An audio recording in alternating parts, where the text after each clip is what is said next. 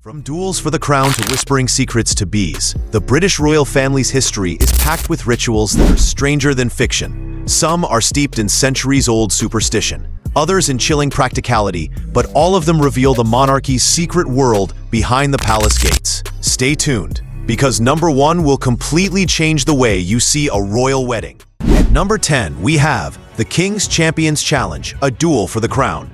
Step into the grand halls of history, where British coronations were once far more than elegant ceremonies. They were arenas for a theatrical test of loyalty and courage.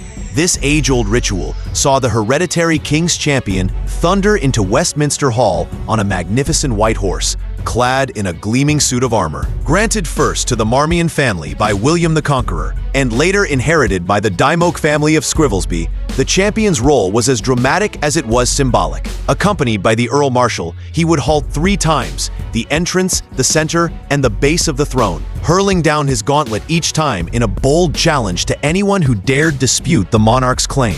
This wasn't mere pomp. It was a literal declaration of trial by combat, underscoring the sovereign's divine and martial authority. The last dazzling performance came in 1821 for King George IV, an event so spectacular it became the highlight of the day. But the tradition's fate was sealed in 1838, when Queen Victoria, disliking its medieval bravado, abolished it. Henry Dymoke, the final champion, received a baronetcy as compensation. Today, the family's role has softened to bearing the royal standard, showing how the monarchy adapts ancient pageantry into modern symbolism, retaining its mystique while letting go of the sword. At number 9, we have the sacred anointing, the secret of the golden spoon. Hidden beneath a golden canopy, away from the eyes of the world, lies the most mysterious and spiritual moment of any British coronation. The sacred anointing. Stripped of their crimson robes, the monarch sits in the storied 13th century coronation chair, ready to receive a blessing that has defined kings and queens for centuries.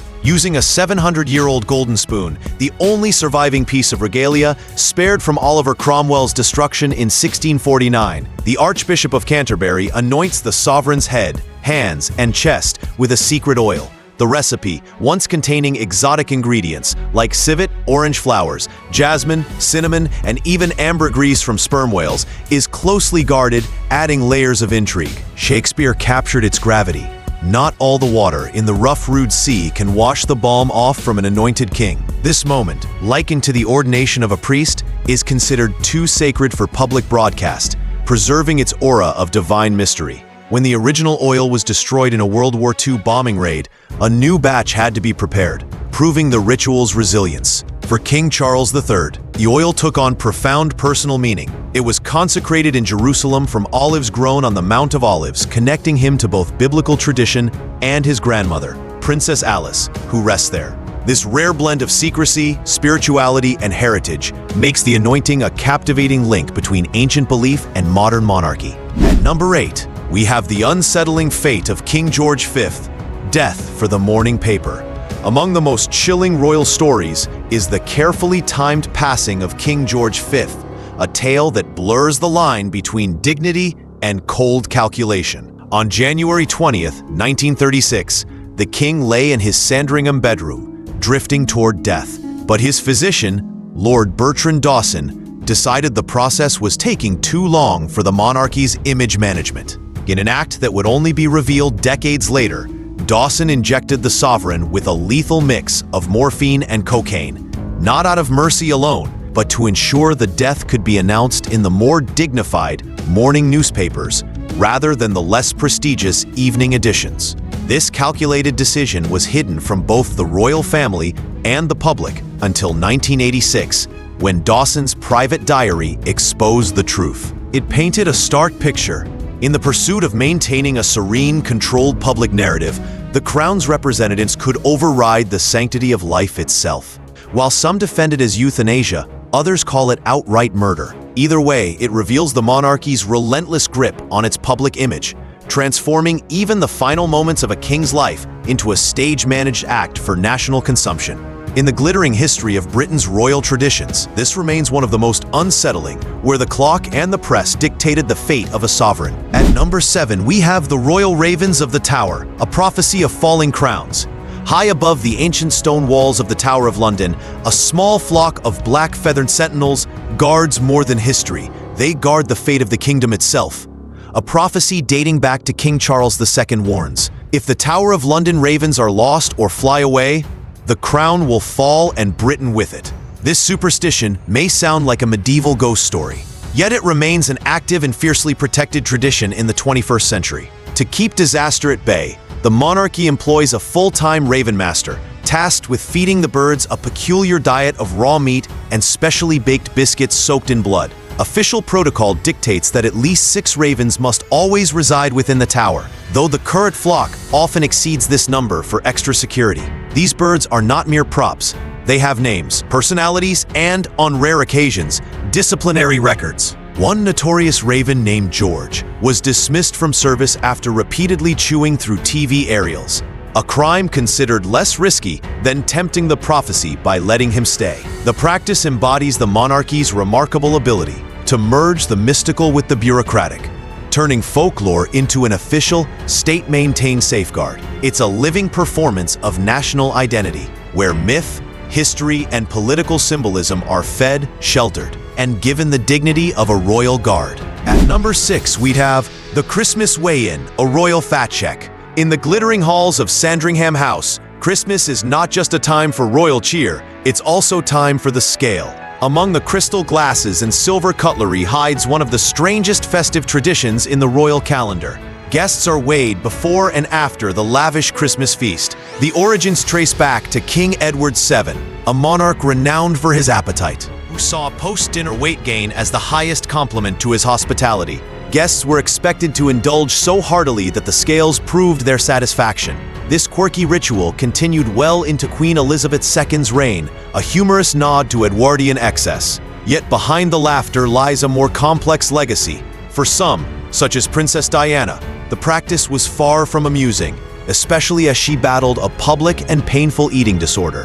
Her discomfort, immortalized in the film Spencer, cast a shadow over what was meant to be a lighthearted custom.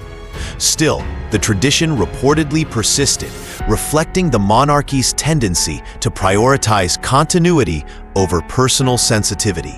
It's a reminder that while royal traditions often appear charming on the surface, they can also carry an undercurrent of rigidity, revealing the institution's sometimes unyielding devotion to ritual over emotion. At number 5, we have the Balmoral Test, an unspoken trial of worthiness.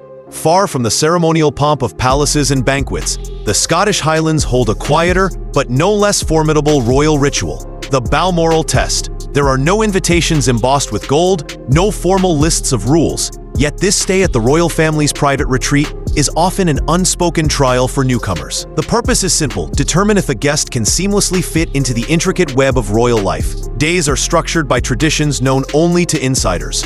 Precise dress codes for hunting, subtle seating hierarchies at meals, and an unspoken schedule dictating when one may appear or retire. Senior royals, discreet but watchful, assess everything from etiquette to stamina for long outdoor pursuits. The most infamous casualty of this tradition is Wallis Simpson, the American divorcee whose inability or unwillingness to conform to Balmoral's quiet rules helped fuel the Windsors' resistance to her marriage to Edward VIII.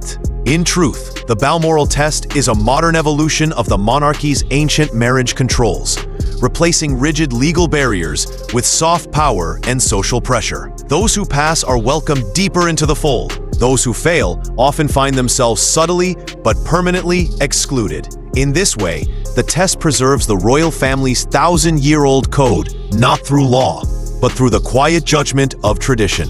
Number 4, we have Telling the Bees, Mourning in the Apiary. Amid the grandeur of state funerals and televised ceremonies, the British monarchy maintains a surprisingly quiet, intimate ritual rooted in centuries-old folklore, telling the bees. Upon the death of a monarch, the royal beekeeper performs this solemn act, visiting each hive to deliver the news in person. Following the passing of Queen Elizabeth II, royal beekeeper John Chappell gently tapped on the hives at Buckingham Palace and Clarence House, draped them with black mourning ribbons, and whispered, "The mistress is dead, but don't you go. Your master will be a good master to you." This tradition stems from an old European superstition that bees are messengers between the human world and the spirit realm, and must be informed of major life events, lest they abandon the hive or stop producing honey. It's a belief that predates modern science, yet survives in one of the world's most scrutinized institutions. Far from a political gesture, this is a ritual of personal connection, merging grief with guardianship over the natural world. It is a reminder that even in an era of instant communication, the monarchy still finds meaning in a whispered conversation with creatures who, in ancient belief, could carry the news to the other side. At number 3 we have, heirs cannot fly together, a morbid rule of succession. It sounds like something from a suspense novel, yet it is one of the monarchy's most practical and chilling rules. The first and second in line to the throne are forbidden from traveling on the same aircraft. The purpose is simple but stark: to protect the continuity of the royal line in case of disaster. This unwritten protocol exists entirely to prevent a constitutional crisis, ensuring that the crown can pass without disruption. The rule has tangible consequences for royal family life. As Prince George approaches the age of 12, he and his father, Prince William, will soon be required to travel separately on official journeys.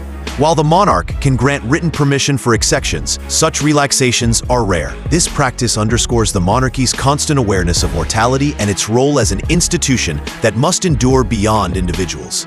It places the needs of the crown above the natural desire for a family to travel together, creating a constant tension between personal bonds and dynastic duty. In a sense, this tradition transforms every royal itinerary into a subtle act of succession planning, a reminder that the survival of the monarchy depends as much on separation as it does on unity. At number 2, we have pricking the list, a needle and the crown. When appointing high sheriffs, the monarch's ceremonial representatives in each county, British kings and queens do not simply sign their names in ink. Instead, they use a silver bodkin, a sharp, needle-like tool, to prick the names on a vellum list. This small but symbolic act has been repeated for centuries, and its origins are wrapped in equal parts legend and practicality. One tale credits Queen Elizabeth I, who, caught without a pen while sewing, used her embroidery tool to mark her decisions. Another explanation points to security. Vellum's tough surface resists ink tampering, but a tiny puncture creates a permanent and undeniable mark. Either way, the act is a visual and tactile connection to the monarchy's past. The silver bodkin used today has been passed down through generations, its tip touching the same ceremonial duty that has endured for hundreds of years. In a world dominated by electronic signatures and instant communication, this deliberate, physical ritual stands as a stubborn reminder that in royal tradition, even the smallest gestures are imbued with permanence and meaning. And finally, at number 1, we have the royal wedding bouquet, a tribute to the fallen. Amid the music, pageantry, and dazzling gowns of a royal wedding lies a quiet gesture of remembrance that speaks louder than any fanfare. Since 1923, royal brides have followed the example set by Lady Elizabeth Bowes-Lyon, later the Queen Mother, who, before walking down the aisle to marry the future King George VI, laid her bouquet on the tomb of the unknown warrior. Her act was deeply personal, honoring her brother Fergus, who died in the First World War, as well as the countless soldiers who never returned home. It left her to walk the length of Westminster Abbey without flowers in hand, a striking symbol of sacrifice amid celebration. Modern royal brides, including Princess Diana, Kate Middleton, and Meghan Markle, have continued the tradition, placing their bouquets on the tomb after the ceremony. Alongside the sprig of myrtle, always included as a symbol of love and purity from a plant grown at Osborne House, this tribute weaves grief and joy into the fabric of the royal wedding. It is a rare example of a royal tradition born not from politics or protocol, but from the human heart, and it endures as one of the monarchy's most poignant rituals. From solemn whispers to beehives to gauntlets cast before the crown, these bizarre royal traditions are far more than eccentric tales. They're the living heartbeat of a 1,000-year-old dynasty. They prove that the monarchy's strength lies in its ability to adapt, weaving superstition, power, and sacrifice into a performance that keeps history alive in the present. In a world racing toward the future, the crown survives by keeping the past just beneath the surface. If you enjoyed uncovering these hidden rituals, don't forget to like, comment, and subscribe for more untold stories from history's most intriguing corners.